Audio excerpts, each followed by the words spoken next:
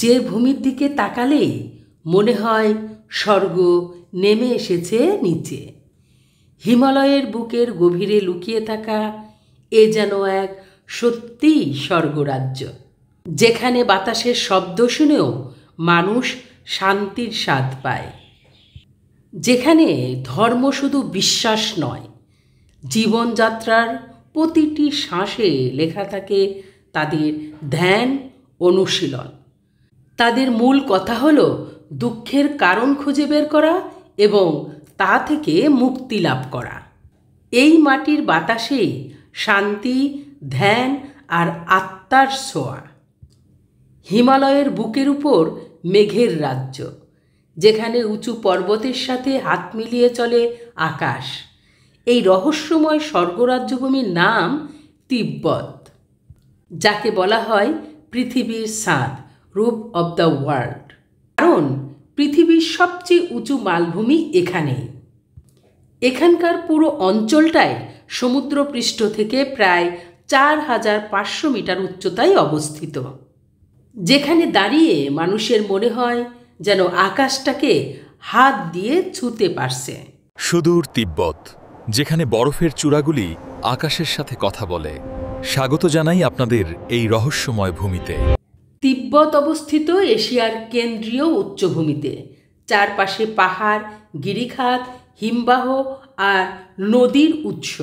দক্ষিণে নেপাল, ভুটান, ভারত। উত্তরে চীনের প্রদেশ সিনজিয়াং। পশ্চিমে কাশ্মীর। পূর্বে সিজুয়ান ইউয়ান অঞ্চল। তিব্বত একটি দেশ নয়, এটা এক প্রাকৃতিক দুর্গ, যা হিমালয়ের কোলেই সৃষ্টি হয়েছে। পৃথিবীর সবচেয়ে উঁচু নদীগুলোর জন্মভূমি হল তিব্বত। দেশটি এশিয়ার জলভাণ্ডার। এখান থেকেই জন্ম নিয়েছে গঙ্গা, ব্রহ্মপুত্র, ইয়াংজি, হলুদ নদীসহ এশিয়ার 10টিরও বেশি বিশাল নদী। তাই বিজ্ঞানীরা বলেন, তিব্বতকে না বাঁচালে এশিয়ার প্রাণ বাঁচবে না। তিব্বতের ভূগোল ও প্রকৃতি এ যেন লুকিয়ে থাকা এক বিস্ময়।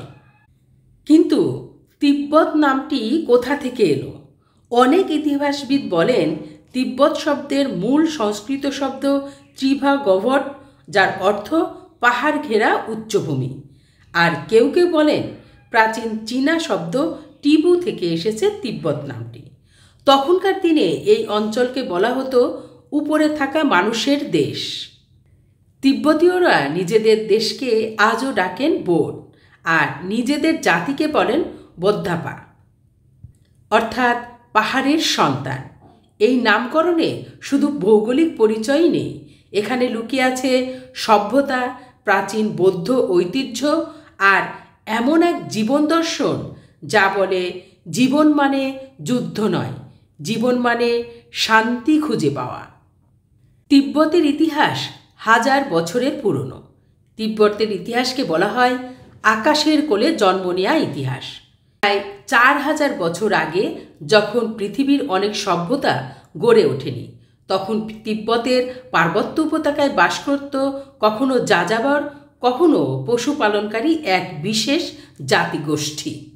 সময়ের সাথে সাথে তাদের নেতৃত্ব দিতে উঠে আসে নিয়ংতুসেন নামে এক কিংবদন্তি সম্রাট। তিব্বতীয়রা বিশ্বাস করেন তিনি স্বর্গ থেকে অবতীর্ণ হয়ে রাজা হয়েছেন। এটাই ছিল খ্রিস্টপূর্ব প্রথম রাজবংশ, আর সেখান থেকেই শুরু তিব্বতের সুসংগঠিত রাষ্ট্র ব্যবস্থা। একসময় এটি ছিল স্বাধীন রাজ্য। 7ম শতাব্দীতে তিব্বতের ইতিহাসে আসলেন সন্তোষেন গাম্পো, যিনি শুধু রাজা নন, তিব্বতের জন্য ছিলেন সভ্যতা প্রতিষ্ঠার কারিগর। তিনি সেই সময়ের নেপালের রাজকুমারী এবং চীনের রাজকুমারীকে বিবাহ করেন। এই দুই বিবাহ তিব্বতের সংস্কৃতিতে নিয়ে আসলো বৌদ্ধ ধর্মের শেকড় বপন। নেপালের রাজকুমারীর সাথে নিয়ে এলেন স্থাপত্য ও মন্দির সংস্কৃতি। চীন থেকে এলো শাস্ত্রীয় বৌদ্ধ গ্রন্থ ও লিখন পদ্ধতি। যখন আমরা আজ তিব্বতের মন্দির দেখি, পাথরের দেয়ালের আঁকা বৌদ্ধমূর্তি দেখি, এ সব কিছুরই সূচনা হয়েছিল সেই সময়ে।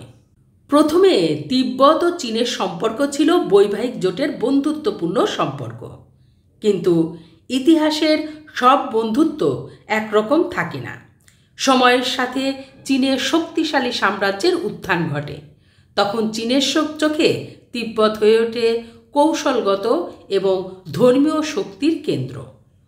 1400 থেকে 1700 শতাব্দীতে তিব্বতের নেতৃত্বে আসে দালাই লামার শাসন ব্যবস্থা, যেখানে ধর্ম এবং রাজনীতি একসাথে চালিত হতো। পাল্টে গেল ইতিহাস। 1950 সালে চীনা সরকার দাবি করেন তিব্বত প্রাচীনকাল থেকেই চীনের অংশ। 1951 সালে তিব্বতকে চীনের অধীনে স্বায়ত্তশাসিত অঞ্চল হিসাবে ঘোষণা করা হয়। এর ফলে ধর্মভিত্তিক রাজতন্ত্র ভেঙে যায়, অনেক মঠ বন্ধ হয়, আর দালাই লামা পালিয়ে যান ভারতের ধর্মশালায়, যেখানে এখনও নির্বাসনে তিব্বত সরকারের সদর দপ্তর। এভাবে একটি স্বাধীন রাজ্য ধীরে ধীরে একটি স্বায়ত্তশাসিত অঞ্চলে পরিণত হয়। এবার জানব স্বর্গরাজ্য তিব্বতের ধর্ম, আধ্যাত্মিকতা ও দালাই লামার রহস্য। তিব্বতকে বোঝার জন্য জনতার ভূগোল, অর্থনীতি কিংবা পর্যটনের আগে যে জিনিসটা বুঝতে হবে তা হলো আধ্যাত্মিকতা। কারণ তিব্বতে ধর্ম মানে শুধু বিশ্বাস নয়, মানুষের জীবনযাত্রা, নৈশ্বাস, আচরণ, সংস্কৃতি সব কিছুর ভেতরেই মিশে আছে ধর্ম। এ ধর্মে শুধু জ্ঞান নয়, ধ্যান, শুদ্ধ চিন্তা, করুণা আর আত্মসংযম অত্যন্ত গুরুত্বপূর্ণ। তিব্বতের মানুষ ছোট থেকেই শিখে ফেলে নিজেকে জয় করাই হলো পৃথিবীকে জয় করার প্রথম ধাপ। তিব্বতে 1000 বছরেরও বেশি সময় ধরে বৌদ্ধ মঠগুলো শুধু উপাসনালয়ের জায়গা নয়, মঠই তাদের বিদ্যালয়। এগুলো শিক্ষা প্রতিষ্ঠান, গবেষণাগার, এমনকি রাজনৈতিক সিদ্ধান্ত নেয়ার স্থানও ছিল। বিখ্যাত কিছু মঠ হল পোটালা প্যালেস, দালাই লামার প্রাচীন আসন; তিব্বতের প্রতীক জোখাং মন্দির, সবচেয়ে পবিত্র মন্দির; সেরাসে গোম্পা, উচ্চ পর্যায়ের ভিক্ষুদের শিক্ষা কেন্দ্র; দ্রেপং মঠ, একসময়ের সবচেয়ে বড় মঠ। এই যে দালাই লামা করছি, আসলে এই দালাই লামা কে? দালাই লামা কোনো ব্যক্তির নাম নয়, এটি আধ্যাত্মিক উপাধি। তিব্বতীয় বিশ্বাস অনুযায়ী দালাই লামা হল মানব জন্মে পুনর্জন্মিত রূপ। অর্থাৎ যে জন্মে একজন দালাই লামা থাকেন, তার মৃত্যুর পর তিনি আবার আরেকটি শিশুর শরীরে নতুন দালাই লামা হিসাবে জন্ম নেন। এ কারণেই তাকে বলা হয় জীবন্ত বুদ্ধের প্রতীক। এজন্য এই দেশের সবচেয়ে বিখ্যাত প্রতীকই হল দালাই লামা।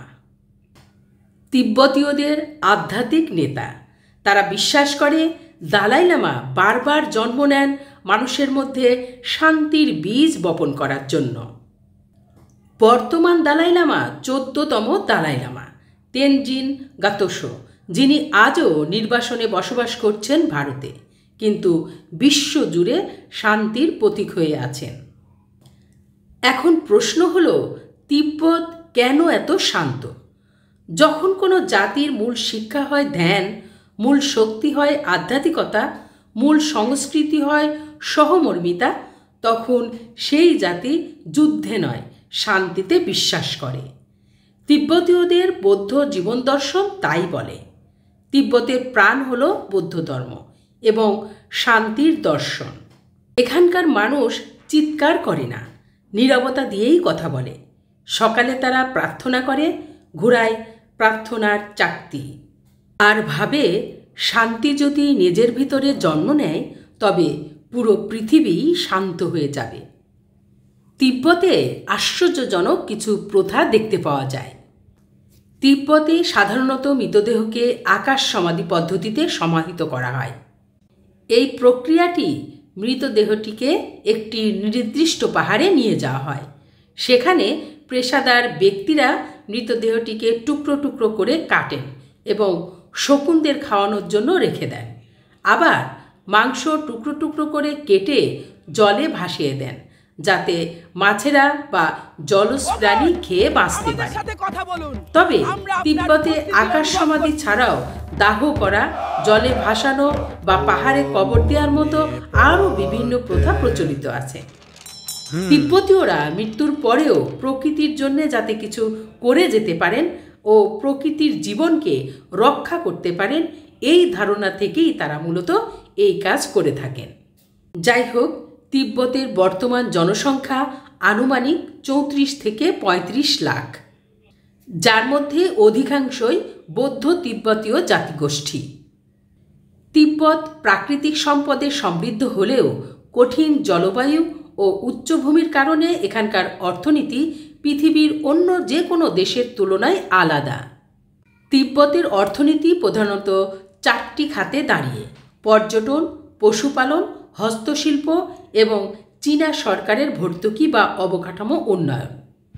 তবে তিব্বতের ভবিষ্যৎ পরিকল্পনার কথা যদি বলি, চীন বর্তমানে তিব্বতকে উন্নয়নের নতুন কারিগর হিসাবে গড়ে তুলেছে। হাইওয়ে, বুলেট ট্রেন, বিমানবন্দর, পর্যটন রুট গড়ে তোলা, আন্তর্জাতিক রিসোর্ট ও তীর্থভবন উন্নয়ন, পুনর্বীকরণযোগ্য জ্বালানি উৎপাদন। চীন তিব্বতকে বেল্ট অ্যান্ড রুট উদ্যোগের গুরুত্বপূর্ণ অংশ হিসাবে গড়ে তুলেছে। তিব্বতের অর্থনীতি খুব বড় নয়, এখানে প্রাকৃতিক সম্পদ সীমিত, কিন্তু মানুষ ধনী নয়, তবুও সুখী। তাদের সম্পদ টাকা নয়, অন্তরের শান্তি। এবার আসি পর্যটনে। বিশ্বের এমন অনেক কিছুই আছে যা একমাত্র তিব্বতেই দেখা যায়। তার আগে বলে রাখি, তিব্বত এখন চীনের স্বায়ত্তশাসিত অঞ্চল, তাই আন্তর্জাতিক র্যাঙ্কিংয়ে আলাদা দেশ হিসাবে গণনা করা হয় না। যাই হোক, পর্যটকদের কাছে তিব্বত কেন এত জনপ্রিয়? কারণ এখানে প্রকৃতি শুধু দেখা যায় না, প্রকৃতিকে অনুভব করা যায়। আর অন্য কোথাও আপনি একই সাথে পাহাড়, বরফ, মঠ, আধ্যাত্মিক নীরবতা এবং মেঘের সমুদ্র এভাবে দেখতে পাবেন না। আমি মন সরোবর লেকের জলে হাত রেখে নাচছি। অনেকে বলেন তিব্বত ভ্রমণ মানে শুধু ভ্রমণ নয়, নিজেকে নতুন করে আবিষ্কার করা। তো চলুন জেনে আসি তিব্বতের গুরুত্বপূর্ণ অংশে, পর্যটন ও দর্শনীয় স্থানে, কারণ তিব্বতের আকর্ষণ এখানেই সবচেয়ে বেশি। তিব্বতের সব প্রাকৃতিক সৌন্দর্য, প্রকৃতি এবং সংস্কৃতি নিয়ে পর্যটকদের মধ্যে খুবই আগ্রহ। যেখানে প্রকৃতি আর আধ্যাত্মিকতা মিশে আছে একসাথে। তিব্বতের প্রকৃতি এক অদ্ভুত রহস্য। প্রতিটি পাথর, প্রতিটি বাতাস যেন গল্প বলে। এখানে প্রতিটি উপত্যকা, প্রতিটি হ্রদ, প্রতিটি পাহাড়ে লুকিয়ে আছে রহস্য, ইতিহাস আর শান্তির এক স্বপ্নলোক। লাসা, এটি তিব্বতের রাজধানী, ধর্মীয় ও জ্ঞানচর্চার অন্যতম কেন্দ্র ও সংস্কৃতির প্রাণকেন্দ্র, তিব্বতের হৃদয়। লাসা মানে দেবতার ভূমি। এখানে আছে পোতালা প্যালেস, দালাই লামার পুরনো আবাস, যার সামনে দাঁড়িয়েই মনে হয় ইতিহাস ফিসফিস করে কথা বলছে। লাসার এই প্রাসাদটি তিব্বতের ইতিহাসে এক গুরুত্বপূর্ণ স্থান অধিকার করে আছে। এখানকার স্থাপত্যশৈলী ও ঐতিহাসিক নিদর্শনগুলো দেখে সবাই মুগ্ধ হয়। 17শো শতকে নির্মিত এই প্রাসাদে আছে একাধিক প্রার্থনা কক্ষ, সোনালি ছাদ আর প্রাচীন ঐতিহ্য, হাজার বছরের শিল্পকর্ম, সভ্যতা।